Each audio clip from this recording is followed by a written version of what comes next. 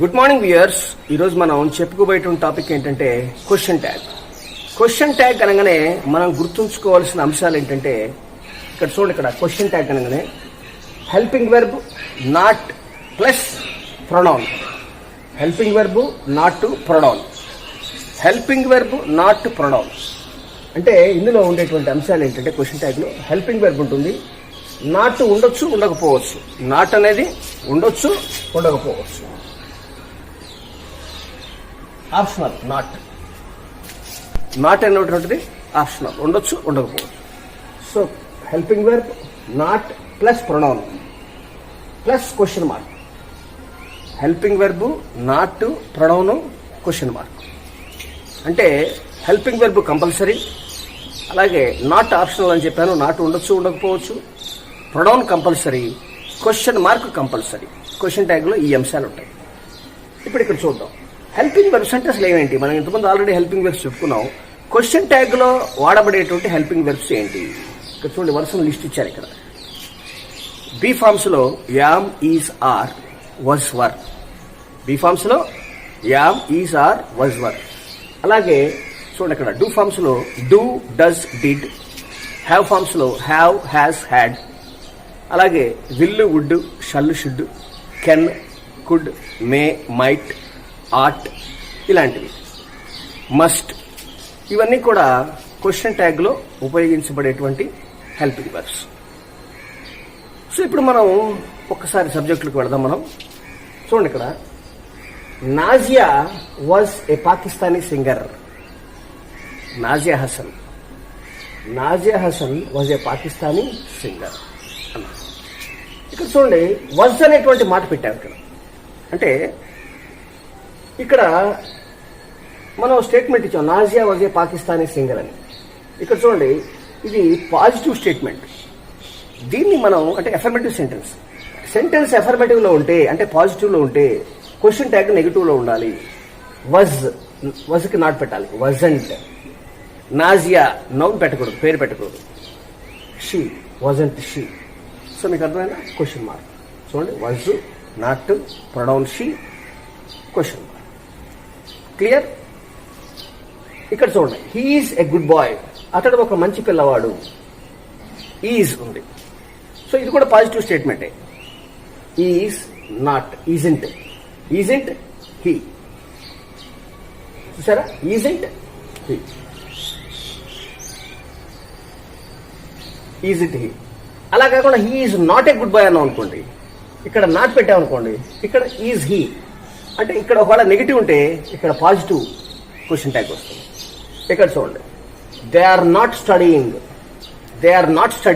Not ఉంది ఇక్కడ, they are not. So ఇక్కడ ఆర్ ప్లస్ నాట్ ఉంది కదా, అంటే ఇది నెగిటివ్ స్టేట్మెంట్ కదా, కాబట్టి క్వశ్చన్ ట్యాగ్ పాజిటివ్లో వస్తుంది. ఆర్, అక్కడ సబ్జెక్ట్ ప్రొనౌనే ఉంది already, they are they. Noun ఉన్నా మనం ప్రొనౌన్ గానే పెడతాం. దాని అర్థమైందా, మనం ప్రొనౌనే పెట్టాలి ఎప్పుడు కూడా.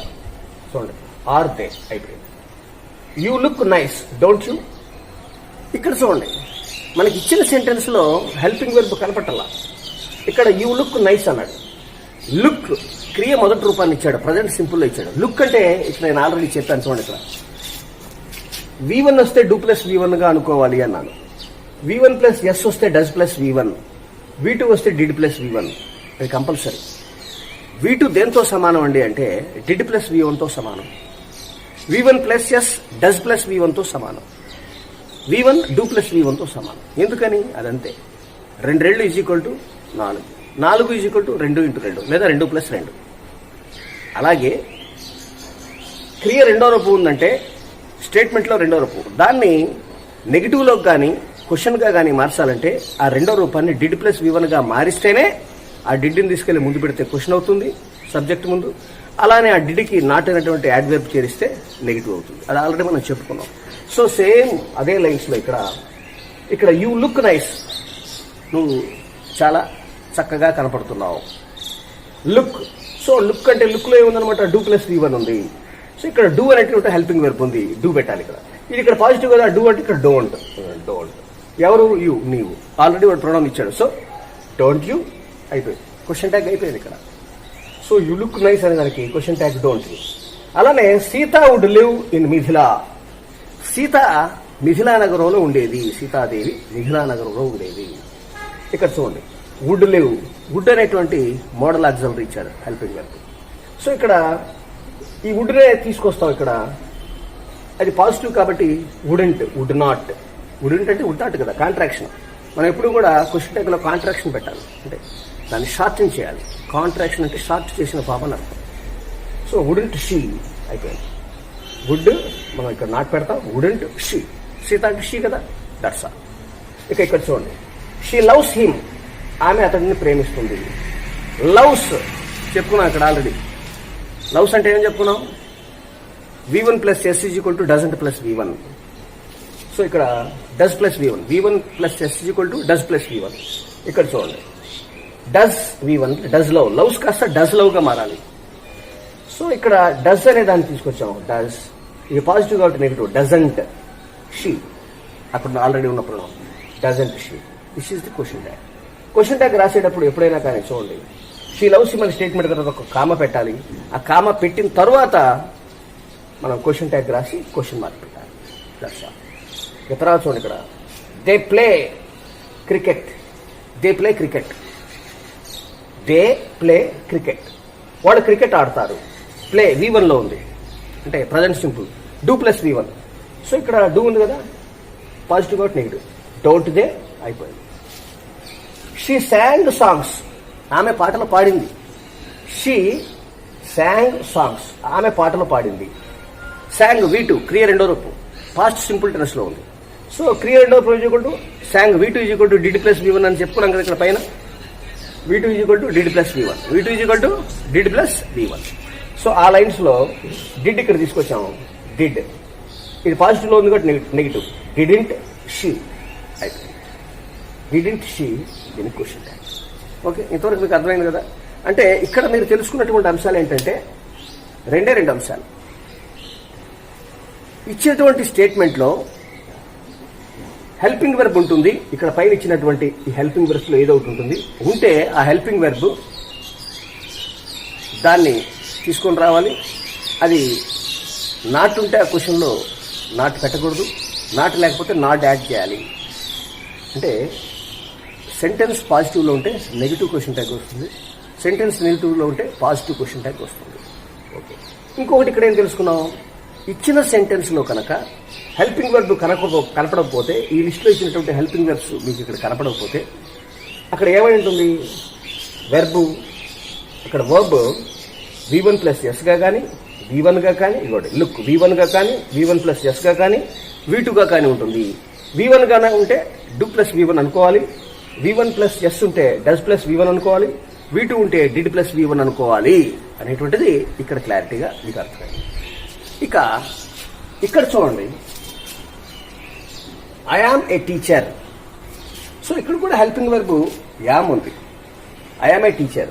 అయితే ఇక్కడ చూడండి, క్వశ్చన్ ట్యాగ్ ఎలా ఇచ్చాము, ఆర్ఎంట్ ఐ అన్నాం. అంటే ఎప్పుడైనా I first person singular I అనేది చెప్పేటప్పుడు యామ్ అనేటువంటి హెల్పింగ్ వెర్బ్ వస్తే మనం యామ్ని అలా పెట్టాం. ఎక్కడో రేరుగా కొన్ని చోట్ల కొంతమంది నేటివ్స్ ఏదో యావంటై యాంటై అట్లా పెడతారు. వద్దు, అది అవసరం లేదు. ఇక్కడ ఆర్ఎంటై అనేదే కరెక్ట్. 100% ఆర్ఎంటై కరెక్ట్. ఎవడన్నా ఎక్కడో ఒక చోట పెడితే పెట్టవచ్చు, అది వేరే విషయం. కానీ యామ్ వస్తే మాత్రం ఆరే వాడాలి. Are not I. So I am a teacher అనేది పాజిటివ్ స్టేట్మెంట్ కాబట్టి నెగిటివ్ లో యామ్ వస్తే మనం యామ్ వాడకూడదు అనుకున్నాం, ఆర్ వాడాలి. Aren't I, that's all. అలానే ఇక్కడ చూడండి, I am not a student, నేను స్టూడెంట్ కాదు. సో ఇక్కడ ఏంటి, ఇక్కడ నెగిటివ్ లో వచ్చింది, పాజిటివ్ లో are I. This is the question tag, right question tag here. So ఇక్కడ ఇంకొక కొత్త విషయాన్ని తెలుసుకున్నారు మీరు. అలాగే ఇక్కడ చూడండి, లెట్స్ గో దేర్, మనం అక్కడికి వెళదాం. లెట్స్, మనం, గో దేర్, అక్కడికి వెళదాం. మనం అంటే ఇక్కడ వి, అజ్ అంటే ఏంటి, ఇక్కడ అజ్ అంటే వీకి డేటివ్, డేటివ్ కేసు కదా వీకి. సో ఇక్కడ లెట్స్ గో దేర్ అంటే మనం అక్కడికి వెళదాం. అందుకని ఇక్కడ ఏమన్నాడు, మనం అనేటువంటిది వి అనేటువంటిది ఫస్ట్ పర్సన్ ప్లూరల్ నెంబర్ వి.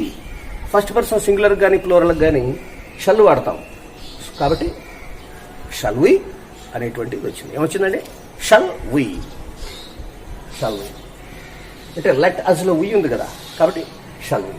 ఇక్కడ చూడండి, ఈ దీనికి చాలా డిఫరెన్స్ ఉంది. చూడండి, ఇక్కడ లెట్ అస్, ఇక్కడ లెట్స్ అన్నాడు, ఇక్కడ let us do it, let us do it.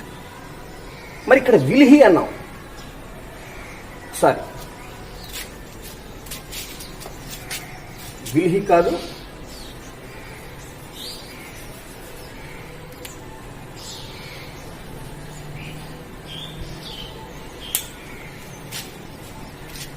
చూడండి ఇక్కడ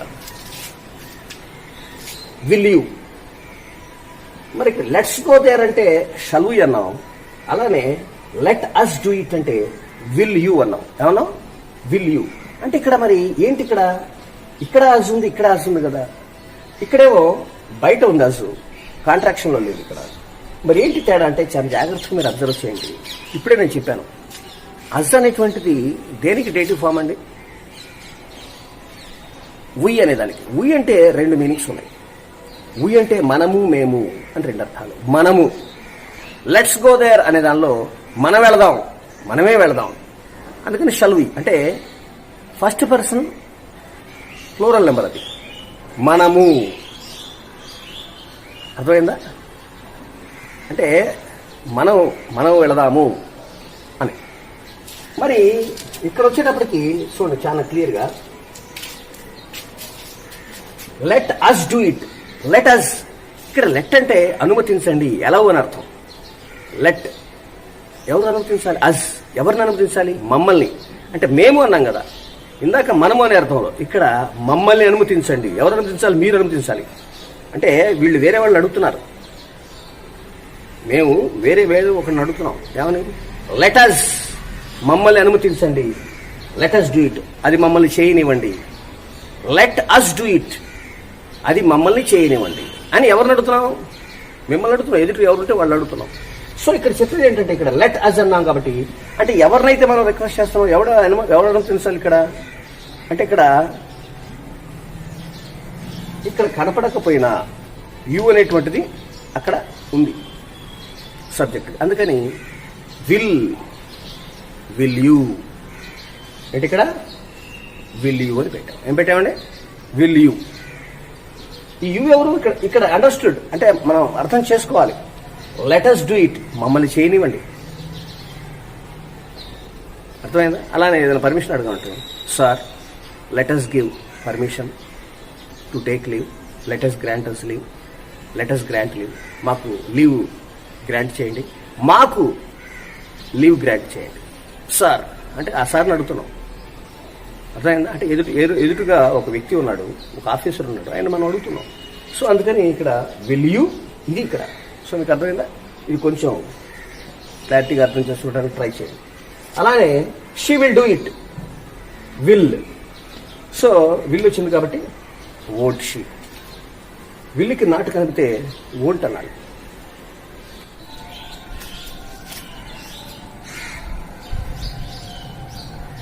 come early, imperative sentence, positive imperative. Come early.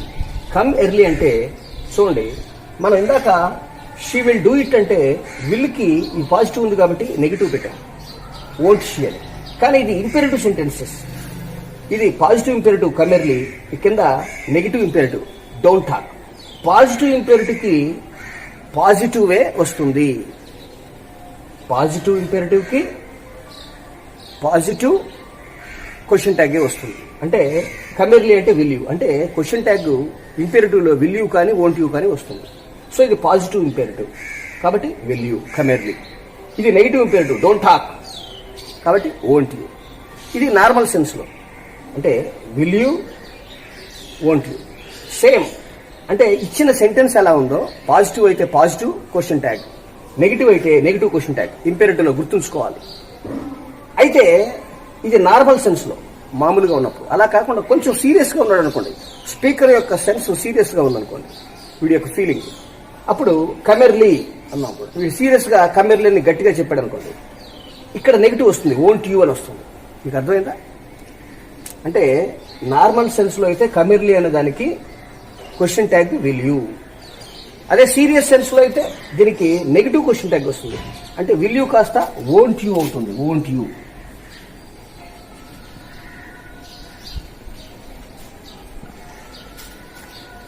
Come ఎర్లీకి క్వశ్చన్ ట్యాగ్ నార్మల్ సెన్స్లో సేమ్ క్వశ్చన్ ట్యాగ్ వస్తుంది విల్ యూ.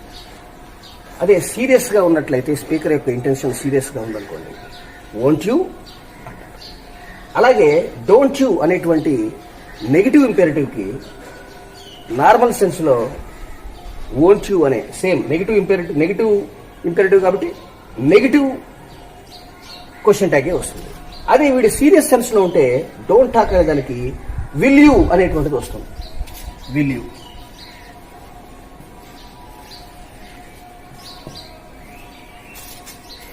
అంటే కమ్మెర్లీ అనేటువంటి ఒక పాజిటివ్ ఇంపెరేటివ్ సెంటెన్స్ కి will you positive question tag. అదే సీరియస్ సెన్స్ లో ఉంటే వోంట్ యూ అని వస్తుంది. అలాగే డోంట్ టాక్ అనేటువంటి నెగిటివ్ ఇంపెరేటివ్ కి వీడు మామూలు మూడ్ లో ఉన్నట్టయితే వోంట్ యూ అనే సేమ్.